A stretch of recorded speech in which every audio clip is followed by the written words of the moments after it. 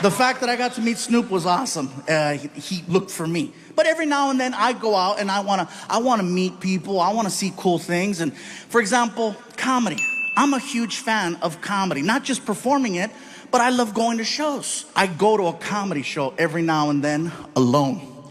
Now, I don't know if that sounds weird to you guys, but for me to do anything nowadays by myself, it's my crew, all the people that work for me, they freak out when I go places because they're always concerned for my safety. You know, what if someone tries to kidnap you?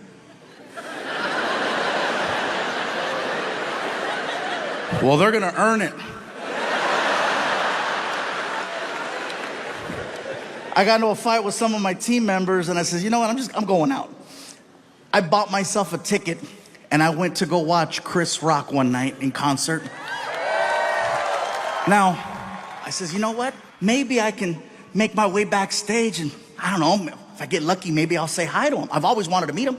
So I go to the side of the stage and I run into security and I said, hey. He looked at me and said, Fluffy! And when he did that, I said, hey, listen, I forgot my keys. I'll be right back. And the guy's like, yeah, keep going. Get your keys, get your keys, get your keys. I'm like, oh my God, that shit worked. Just like that, I snuck backstage at a Chris Rock concert. Once I was behind the curtain, I was in my element. I knew where everything was. I knew where the food was. I knew where the dressing rooms were, where the bathrooms were. I'm walking around with a soda. People are coming up to me. You know, we didn't know you were gonna be here. I got a call last minute. Looking for my keys. I says, you know what? I got this far. I'm gonna push it. I wanna meet him. I've always wanted to meet Chris Rock. It was not hard. Once I was back there, I just had to go to the dressing rooms. All I had to do was read the name on the door. I'm standing there in front of the door and I'm hyperventilating, just.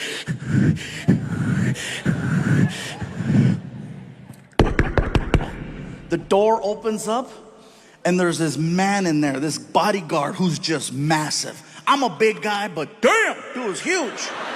As soon as he opened the door, just.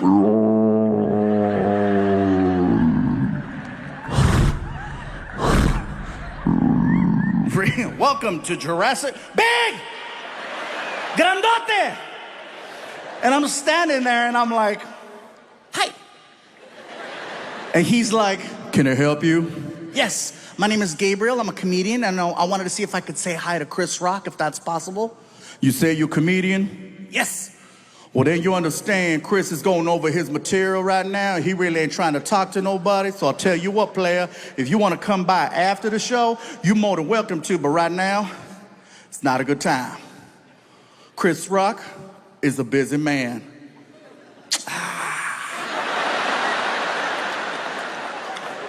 Can I wave? Excuse me? Can I wave? What you mean?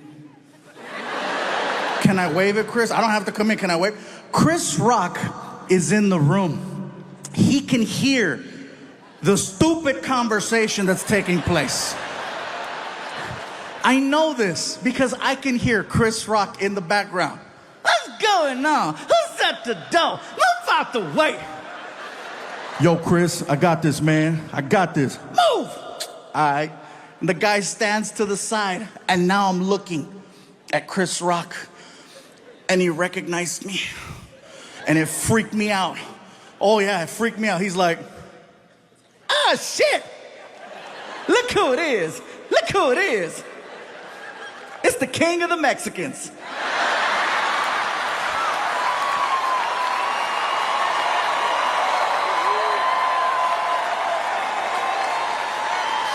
Chris Rock called me the king of the Mexicans. For the rest of the show, everyone referred to me as El Chapo.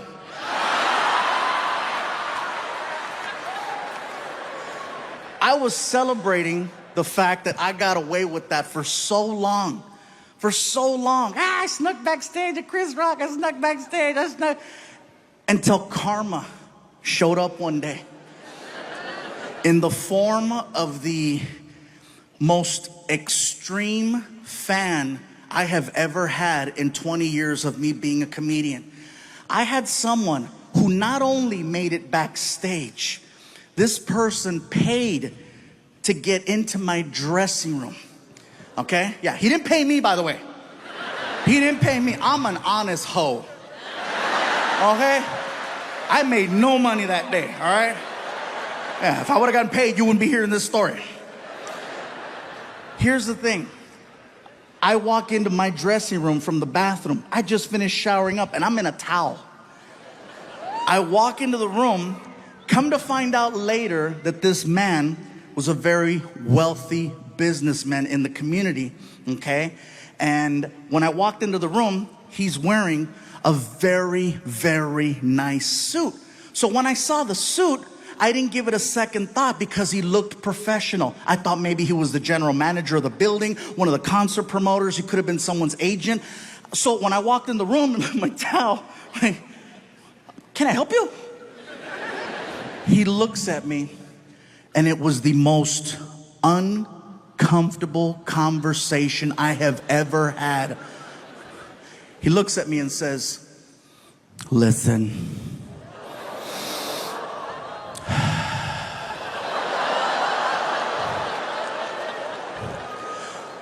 I am not here to waste any of your time. Fluffy, I am prepared to take care of you. I will give you a new Lexus and an allowance that's more than what you make as a comedian. Leave with me.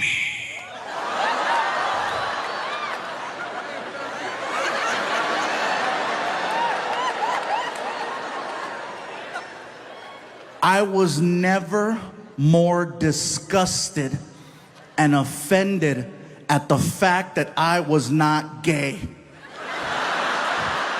Because finally, somebody wants to take care of me. Do you know how many people I take care of?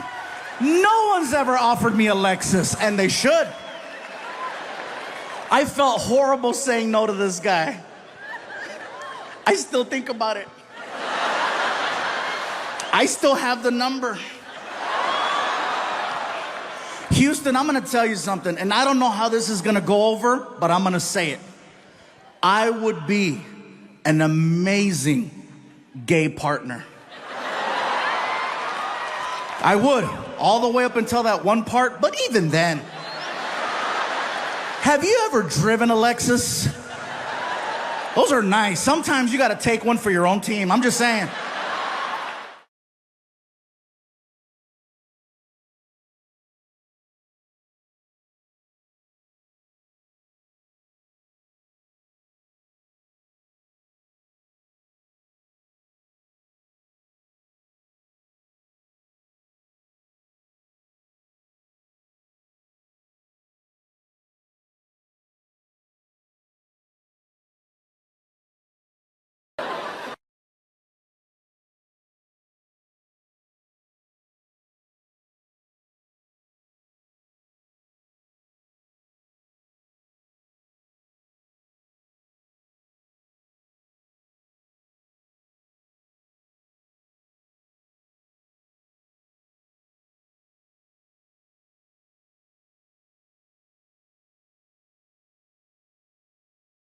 You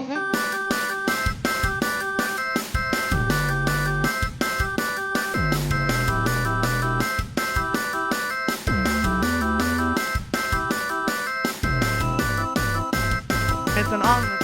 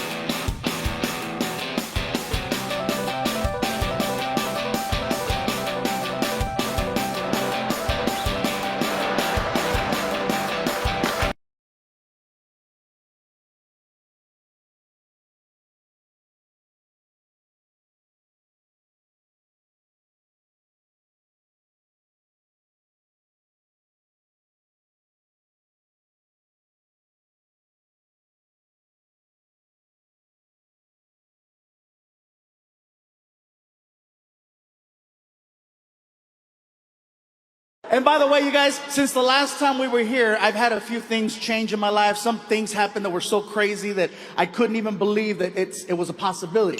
First thing that happened was I had my first ever celebrity death hoax, meaning that someone faked my death on the internet and it went viral. Someone wrote an amazing article that was read by over 30 million people that was so good, even I was like, oh my God, I was so nice. TMZ reported it for 30 minutes until they called my publicist and confirmed that I was still alive. The article said that I had died October 31st from complications of type 2 diabetes.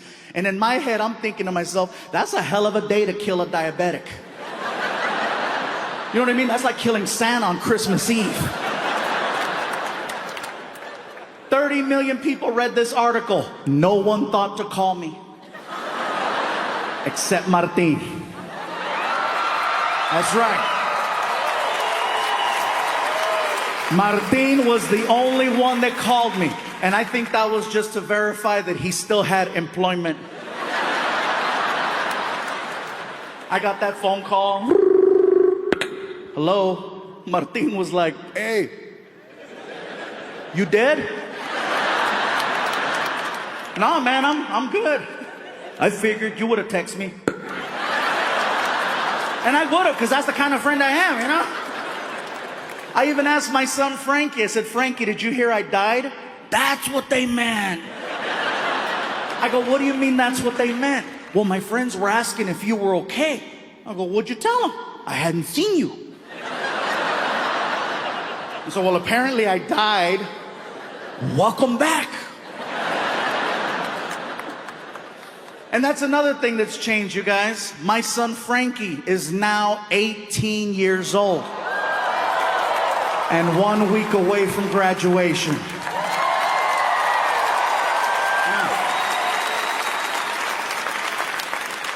You guys are clapping, but he's not leaving. I've already asked him, I said, Frankie, what do you want to do with your life? Have you thought about college? Just now.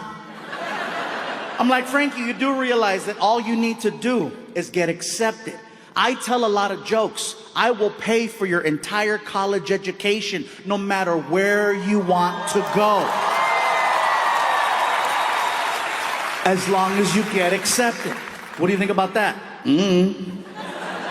I say, you know, if you want to go to school in California, we'll make it happen. You want to go to school out of state, we'll make it happen. I said, hell, I'll even do one of those international programs. You know, the ones where you give them one of your children and then they give you one of their children? What is it called when you kid swap? Thank you. Sorry. That's right. Exchange. Some of you are like, that's called human trafficking. Different program. I would love to do an exchange program with my son, but don't give me a regular kid. If I'm gonna do an exchange program, give me a kid from like a hardcore third world country so that he appreciates all the basic things most American children take for granted.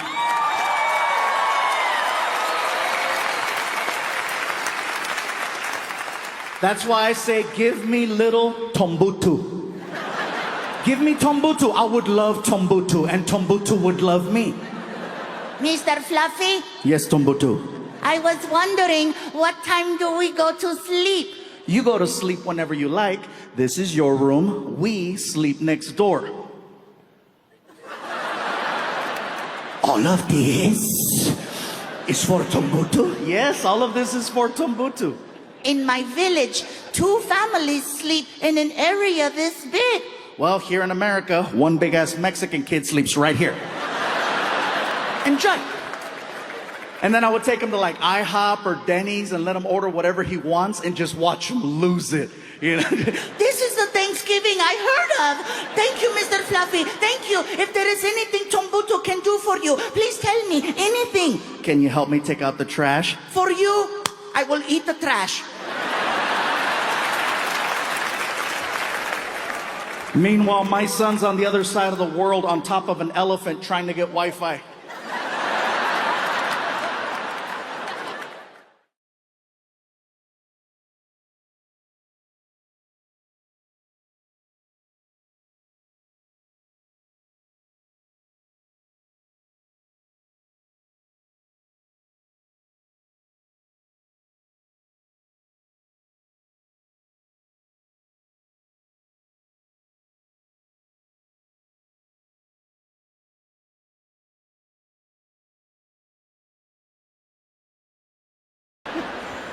This next thing I'm going to say is in no way, shape, or form political. So please don't take it that way. The vaccine. Look at some of you. Oh, here we go. Here we go. I knew it. I knew it was coming. I knew it. Look at him. He's got booster written all over him. Look at him. I'm not here to tell you what to do with your bodies. I'm just here to share a story. I got vaccinated, okay, and I'm not saying it to get approval.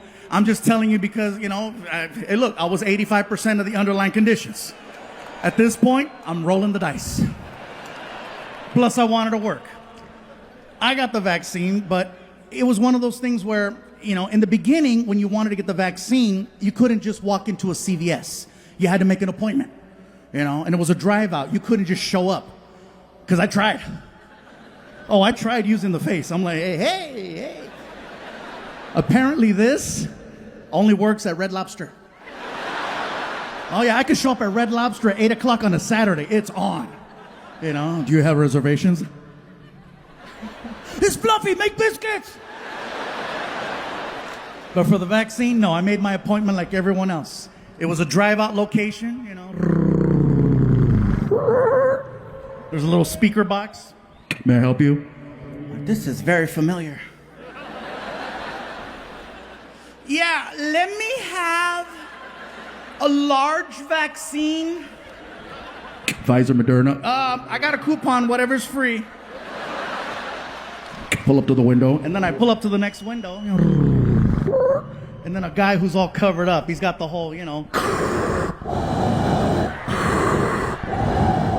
Then you give them your arm, and then they harpoon you, and they make you park your car for 10 to 15 minutes in case you have an allergic reaction. So I'm sitting in the car, and I got the radio going and the AC going, and I glance over, and I notice that there's people there protesting. And that's fine. Protesting is a right, and I'm all for it, okay?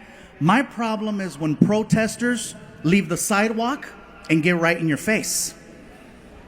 So here's what happened. I glance over, I see the protesters, and I locked eyes with one of them.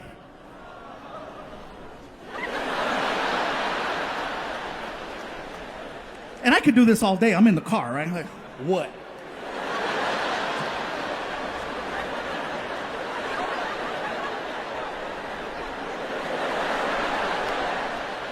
The lady who I'm looking at all of a sudden starts walking towards me. And I'm like, shit. She gets to my car and she starts going off on me. And I have never had a complete stranger go off on me for no reason at all. She gets to the car and she's like, "You are so stupid. You are so stupid.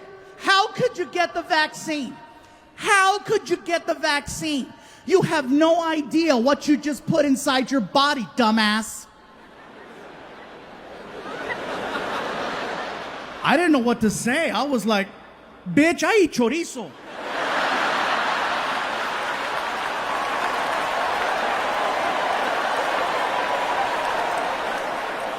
You have no idea what that vaccine has to work through in order to have any type of effect whatsoever.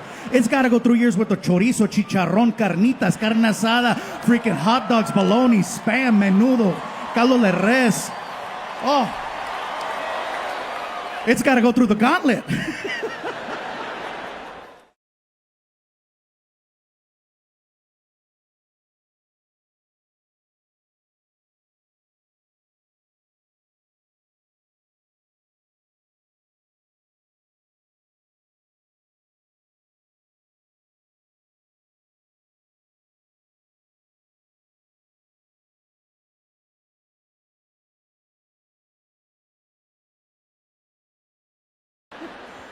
This next thing I'm going to say is in no way, shape, or form political. So please don't take it that way.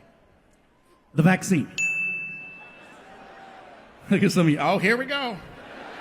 Here we go. I knew it. I knew it was coming. I knew it. Look at him. He's got booster written all over him. Look at him.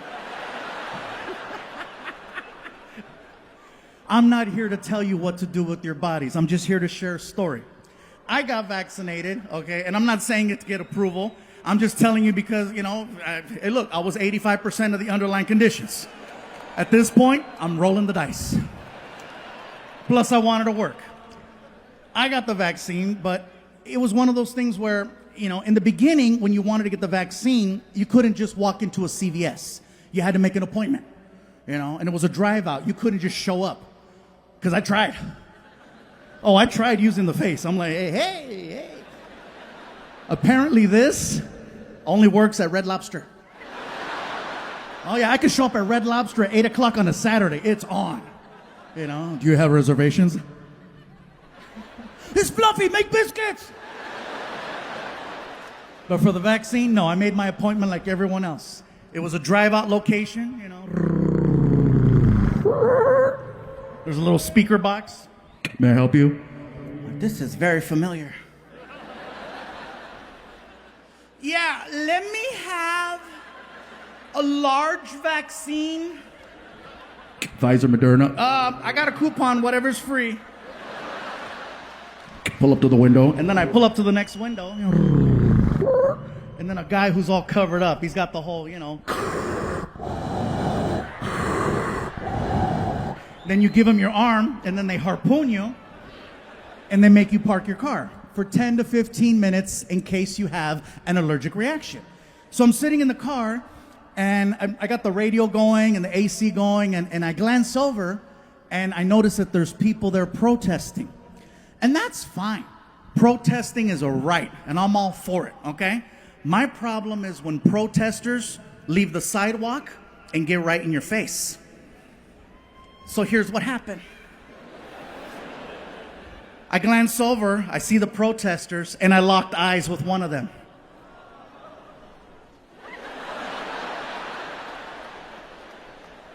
And I could do this all day. I'm in the car, right? Like, what?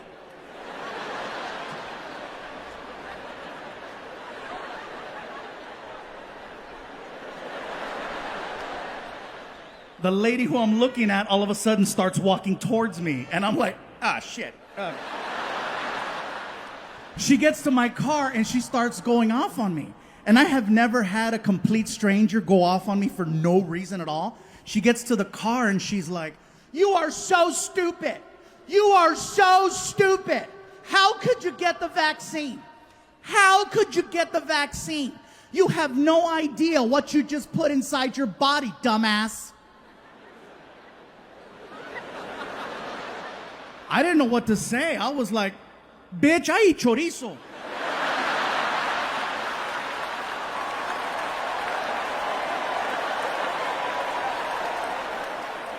You have no idea what that vaccine has to work through in order to have any type of effect whatsoever. It's got to go through years worth of chorizo, chicharrón, carnitas, carne asada, freaking hot dogs, bologna, spam, menudo, caldo de res. Oh. It's got to go through the gauntlet.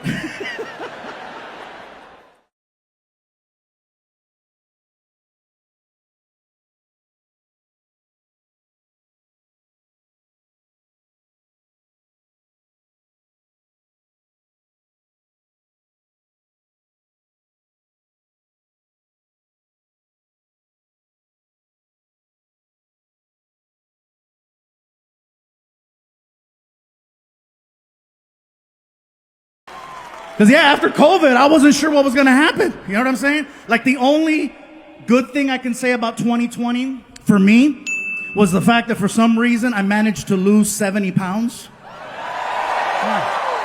Thank you. Yeah, I lost 70 pounds. People ask me, "What's your secret?" I said, "It's no secret. They closed all the goddamn restaurants. That's a secret. I didn't know how to cook. That was the secret. It was me at home with a Foreman grill making weenies. But yeah, we were on tour in Kalamazoo, Michigan when we got the news that we had to go home. And then we came home and we all turned on our TVs and we watched them lie to us. I'm not trying to be a conspiracy person, but they told us, remember? It's only going to be 2 weeks. That's it. They told us 2 weeks. All right? Ladies and gentlemen, we'd just like to ask that you go home for 2 weeks. Be with your loved ones. Be with your family. Just 2 weeks while we figure things out. Dr. Anthony Fauci has given us some new information to go by. Just 2 weeks. That's all we need. Just 2 weeks. And I apologize for using the same stereotypical old white voice. But that's the one that they used. Because that's the one we listen to in a time of crisis. It couldn't be any other voice. It couldn't be No, hombre, cállate, shut up, mira. Nomás 2 weeks, okay? Nomás tú. You're gonna go home con tu mamá y tu papá. And if COVID come to the house, you tell COVID, hey, no está aquí, güey. Come back another time, it's okay. Just 2 weeks. It couldn't be any other voice. It couldn't be, I tell you what, this is what you're gonna do, goddammit. You're gonna take your ass home, you're gonna hunker down. You're gonna hunker down, and if COVID shows up at your front door, get her done right there to the face. Okay, that's what you're gonna do. Just 2 weeks. It couldn't be any other voice. It couldn't be, all right, listen up, okay, this is what's gonna happen. You're gonna go home, you're gonna be with your family and them, right? And if, oh, you don't wanna laugh at the black voice, huh? Whatever, that's your guilt, not my guilt. I'm fine. I'm fine. But yeah, just 2 weeks, that's what they told us. 2 weeks. And 2 weeks turned into 2 months, turned into half a year, turned into a year plus. And little by little, they told us who was most at risk for COVID-19. Come to find out, it's people over 45, okay? People who are overweight. Here we go. Diabetics, no chingas, really? Most at risk, Latinos and African Americans. Bye, Felicia. I come to find out I was 85% of the underlying conditions. Over 45, overweight, diabetic, high cholesterol, high blood pressure. Apparently, COVID is my Tinder match. Someone finally wants to swipe right, and her name is Corona. Yeah.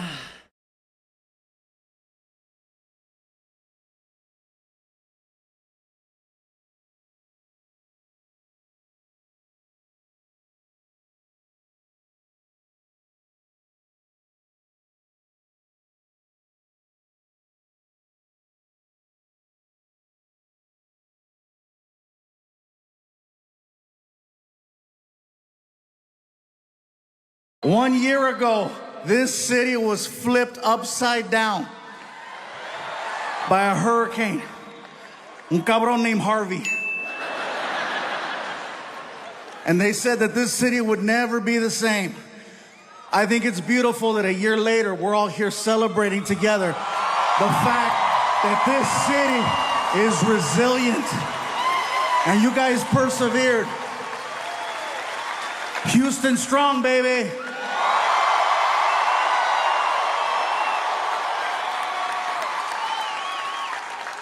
Yeah, that's serious. In all sincerity, guys, I'm not trying to kiss your ass. I already got your money. Friggin' Houston, I love this town. I've been coming here for 20 years. 20 years. Started off performing at a comedy club called The Laugh Stop. And then, of course, we jumped over to the Improv, and then I performed everywhere. I even did a one-nighter in Tomball. That's a long story for the people at home. I won't even get into that. I want to give you guys a heads up and let you know now that tonight I feel extra comfortable. You're gonna notice that you might hear a little bit more Spanish than you normally would.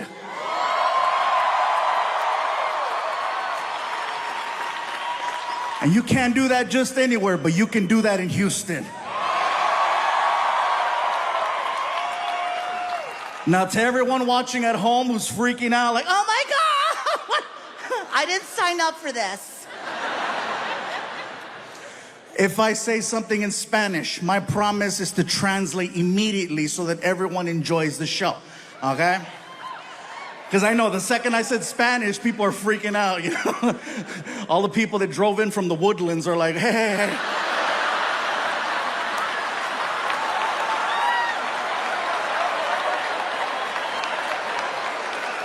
And for everyone at home, what does he mean by that? The people from the Woodlands, you know.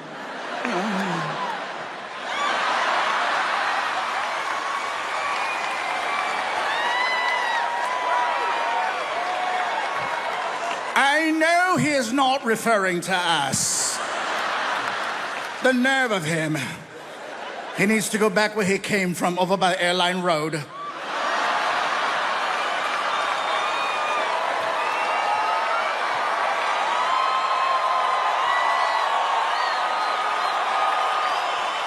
That's right. I know where you keep your brown people.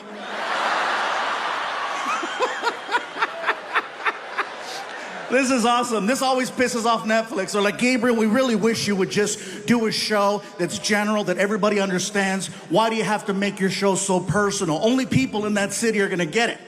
Well, when you have an arena full of people, you want them to get it. You want that extra personal, special touch. I don't care what they say. I already got the check. So let me give you a heads up as to what has happened since the last time I did a special. My son Frankie is now 19 years old. 19 years old, high school graduate. He has all his shots, ladies. People tell me all the time, why do you talk about your son so much? Because he won't leave. Does he like it when you talk about him? I said, no, he hates it. Well, why do you do it? Because he won't leave. I'll tell you what he likes to do right now. He likes to sit around the house and watch videos of other kids playing video games. See, some of you are clapping. I didn't know that was an actual thing. I asked him, what are you doing? I'm watching other kids playing video games. I said, that's really? Why? Well, they're professionals. I'm like, why would you watch something that you could be doing? Because they're professionals. That's dumb. Really, Dad? Every Sunday, I see you watching football. How come you don't play? I didn't even argue. I just cut off the internet.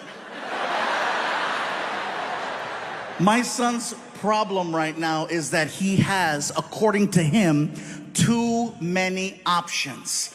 Okay, that's his problem. I'm like, poor guy. I have so many options, Dad. I don't know what to do. Write them down. Put them on a wheel. Freaking. Today, plumber. Something. The problem is we go places, people find out he is my son, and then they offer him opportunities. He doesn't understand that that's not how the real world works. I know about struggling and clawing and fighting for the opportunity to do something. He doesn't get it yet. And that's my fault. For example, I take him and his mom out to dinner, okay? I took them both to Red Lobster. Now, Houston, me personally, I love Red Lobster, okay? And not even for the seafood. I'm talking about the biscuits. Oh, yeah.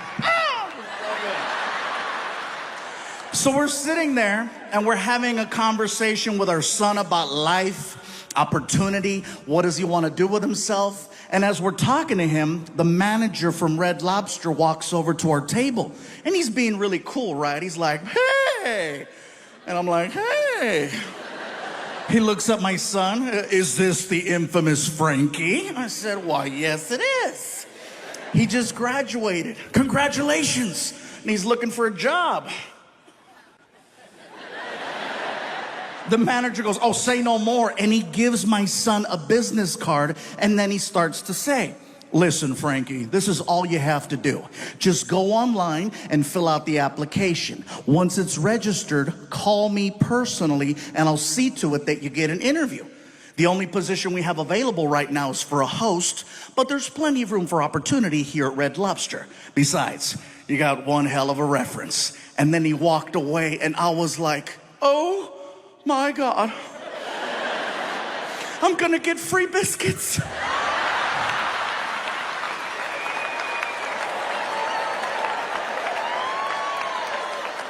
My son looks at me and says, I don't want to work at Red Lobster.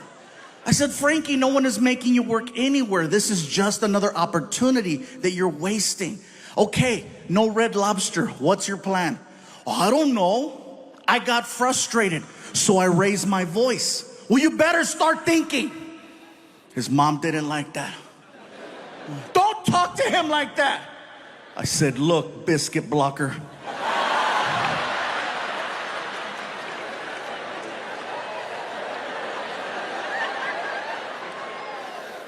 See, up to this point, we have agreed on how we raise our son. But in this situation, she's trying to protect him from the world. I'm trying to prepare him for the world. If he cannot handle me raising my voice to get his attention, to see the bigger picture, he's not ready for a world that doesn't care about his feelings.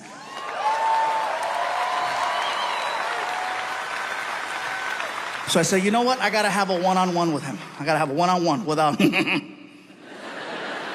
So I take him out to the movies. We get in the car, we take off. Little 20-minute drive, okay? As we're driving, I figure I'll have a little one-on-one with him. Maybe this way it doesn't feel like a talk. I thought he understood what I was trying to say. It's late, we're leaving the movies, we're pulling out of the parking structure, and out of the corner of my eye, I see a cop car. And I made a sound, I was like, ugh. And Frankie goes, what is it, Dad? I said, there's a cop at the light. What are you worried about? He's gonna stop us. How do you know? Watch. I made that left turn. Frankie's losing it. It's happening! I said, relax. I pull over. Cop pulls up from behind. Immediately. Driver, windows down. Oh. Driver, hands out the window. Serious?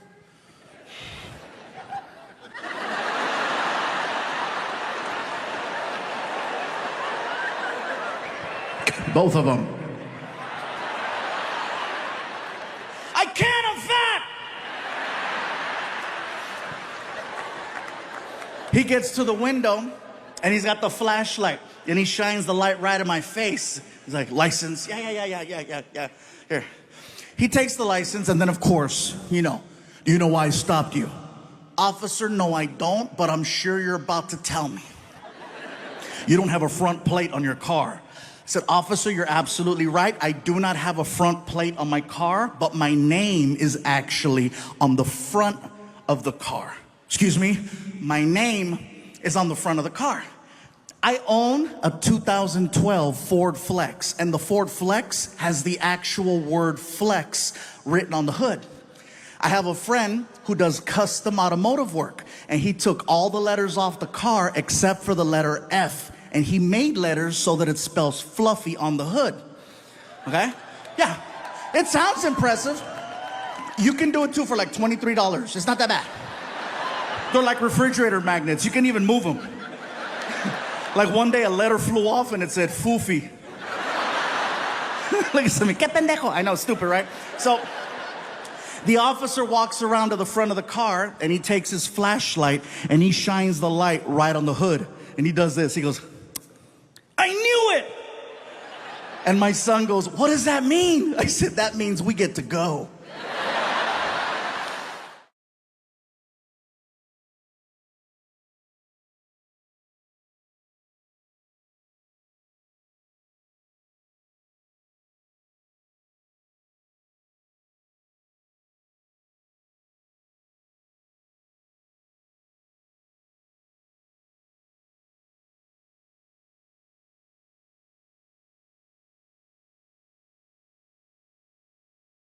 I found out that Frankie is very sensitive about his mom. And he's at the age right now where affection really bothers him. Not necessarily from me, because if I try to hug him, he's cool with it, because I give those quick bro hugs, like, hey, what's up? However, if his mom is standing right next to me, and I reach over and I grab her hand, he sees that as gross. And he'll make the face. What? Ah. The hand? That's gross, Dad. I go, that's not gross, Frankie. That's not gross. Baby, open your mouth.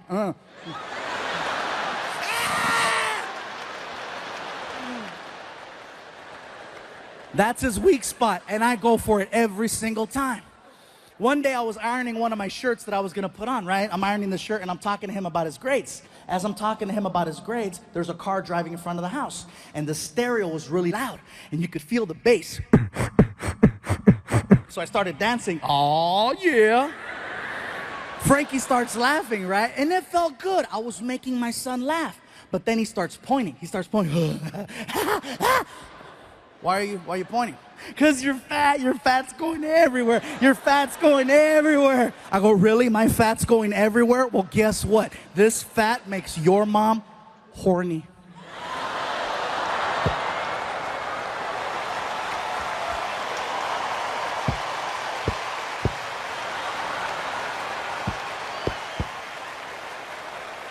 And he's like, ah!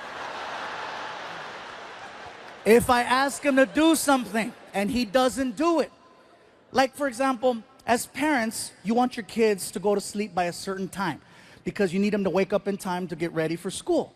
Frankie's cutoff is 11 o'clock. It's pretty late, if you ask me, for a kid. Sometimes he'll push it to midnight. And he'll play dumb. Oh, I don't know what time it was. Yeah, whatever, you're only holding a clock. But I get it. I used to play dumb too. So then he'll walk in his room and he'll say, oh, good night, Dad. And he'll close the door. And he thinks he's slick. He takes a towel and he starts rolling up the towel. And he puts it under the door so that I can't see the light coming from the TV. Sounds pretty genius, right? But hello, cover the rest of the stupid door. He freaking turns on his big ass TV and it looks like immigration's breaking into his bedroom. And so what happens is he'll stay up until 2, 3, 4 o'clock in the morning, and he's supposed to wake up at 6. His alarm goes off, and he sleeps through the alarm. And it's a real alarm. It's not a radio. It's freaking whole house awake. Him, and it's right here. So I gotta get out of bed, and I go over to his room, and I open the door, and I kick the stupid towel out of the way, and then I walk over,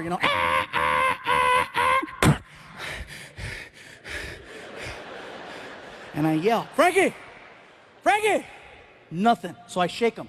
Frankie, wake up! You know what happens when I shake my son in the morning? It makes him eat in his sleep. That's what happens. I shake him and he does this. Nom, nom, nom.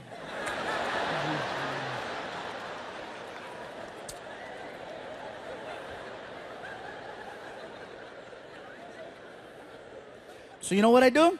I get on top of the bed and I slowly lay on top of him. And I apply my full weight, bro, all of it, slowly, and you could hear him.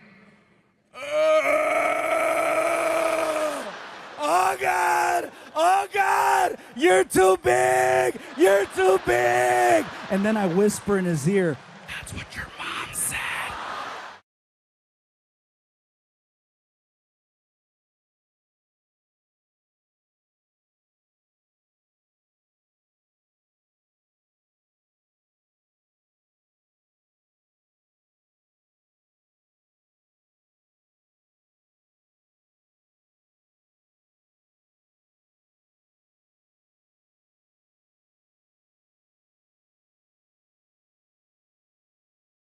I've looked at someone like that before. I've been starstruck many, many times. As a matter of fact, this past year, I got to meet one of my childhood heroes.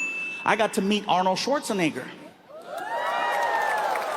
Now, some of you are clapping, some of you are like, wait. Well, here's the thing. I didn't love him as a politician, and I was too young to know him as a bodybuilder. All I knew is the movie Terminator was my favorite movie, and he was the Terminator.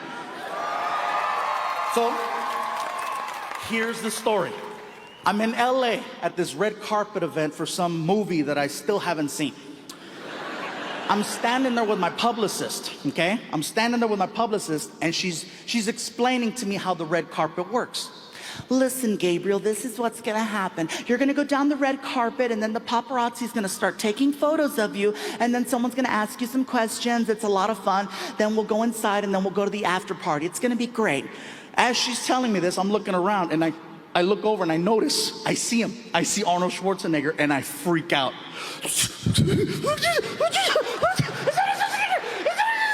Relax, relax. You've never met Arnie? I said, no, I've never met Arnie. I work with him all the time. He's really nice. Would you like me to introduce you? I'm like, yes. She takes me by the hand and she walks me directly to Arnold. I'm freaking out so bad, I look like a big ass toddler.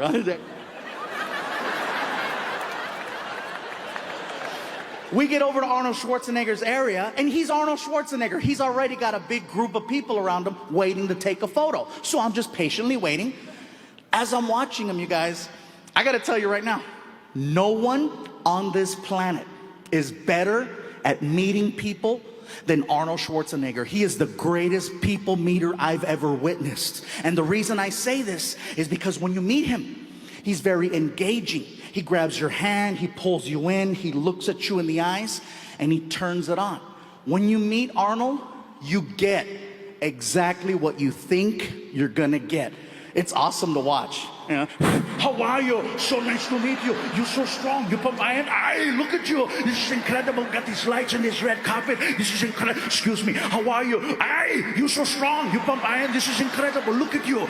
People are walking away from him, looking at their hand. They're looking at their hand, you guys. 10 minutes I'm watching Arnold Schwarzenegger light people up. And then I noticed something else. I noticed that Arnold has a handler, a guy who stands right behind him. And it's this guy's job to basically reset Arnold for the next person he's about to meet. Arnold Schwarzenegger will never cut off a conversation with the fan. The guy behind him listens in on the conversation, and he determines when enough is enough, and then he signals Arnold to cut it off and move on. Here's the signal. He grabs the back of Arnold's arm right there, 2 times. 1, 2. That lets Arnold know, cut it off, time to move on. Always to the left. Awesome to watch. This is incredible with these lights and these special effects is going on here. Excuse me. How are you? Nice to meet you. You're so strong. Hey! I'm like, oh. So I yell out to the handler, hey! And the handler turns around. Hit him! I want to meet him. Hit him! And he starts laughing because now he sees that I see how the Terminator is really working. So he gives me one of these. Next thing you know, he is lighting Arnold up. He is hitting Arnold so fast, Arnold can barely keep up. Excuse me, pardon me, excuse me, hello, how are you? Excuse me, pardon me, high five, high five, high five, high five, high five, pardon me, excuse me, hello, how are you? Very good. Pound, pound, pound, pound, pound, pound, pound, pound, pound, pound, pound, pound, pound. He's coming down the line, coming down the line, coming down the line, and I'm just waiting. And I stick my hand out, and he grabbed it. How are you? Son,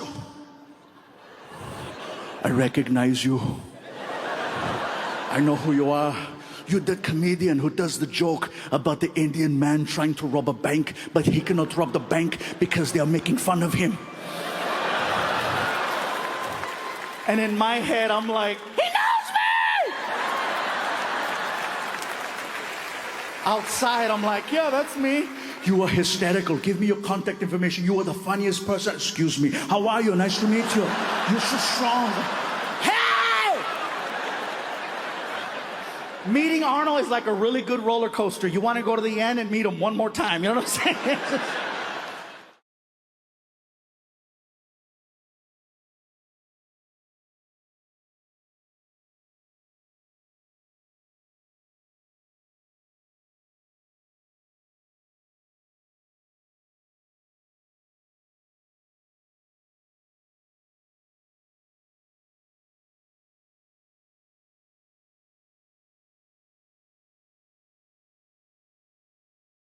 I want to let you all know right now that there are things about me that you don't know that you're going to find out sooner than later. So basically what I'm trying to do at this moment is do what my lawyer said and get ahead of it. I offended someone whose name I should have never brought up. I offended a professional fighter. His name is Canelo.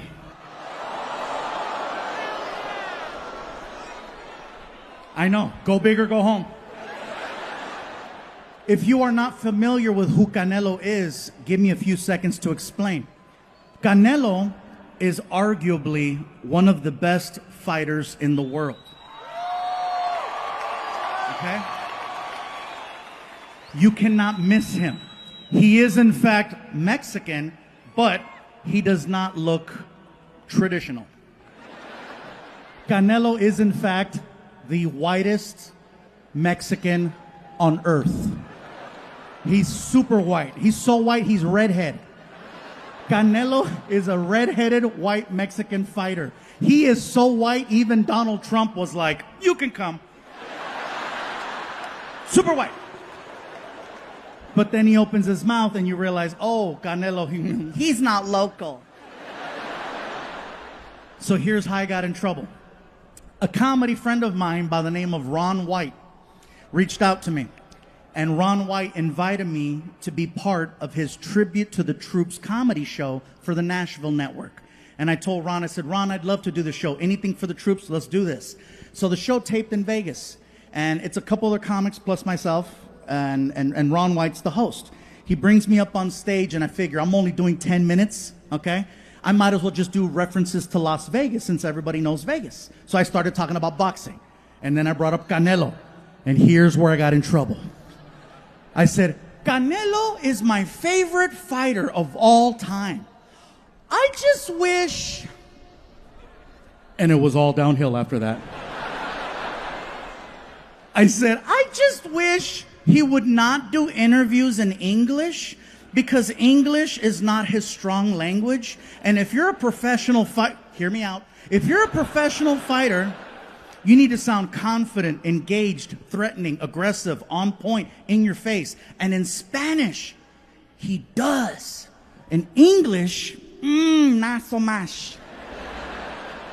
In Spanish, he's a killer. In Spanish, the reporter, the announcer comes out.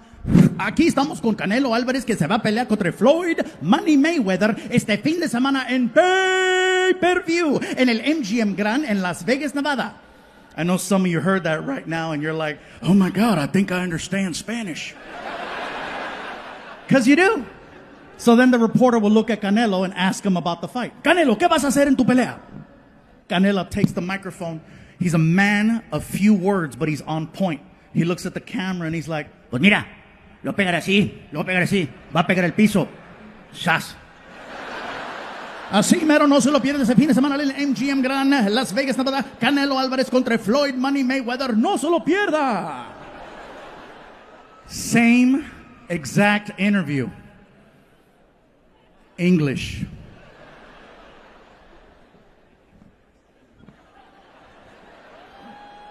I'm standing here alongside Mexican superstar Saul Canelo Alvarez, who's going to be facing Floyd Money Mayweather this weekend on pay-per-view.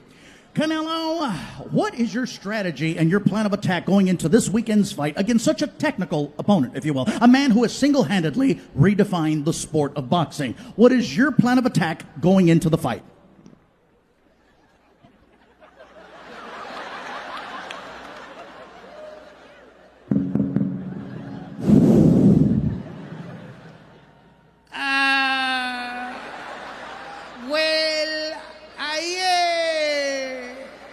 Going to hit him like this. I'm going to hit him like this. He's going to fall on the, ¿cómo se dice piso, güey? Floor. He's going to fall to the floor and then tan tan así. All right, well, there you have it. Floyd Mayweather, I hope you are ready, my friend, because, yeah, that's what's waiting for you. Reporting live for ESPN News, I'm Phil Stevens.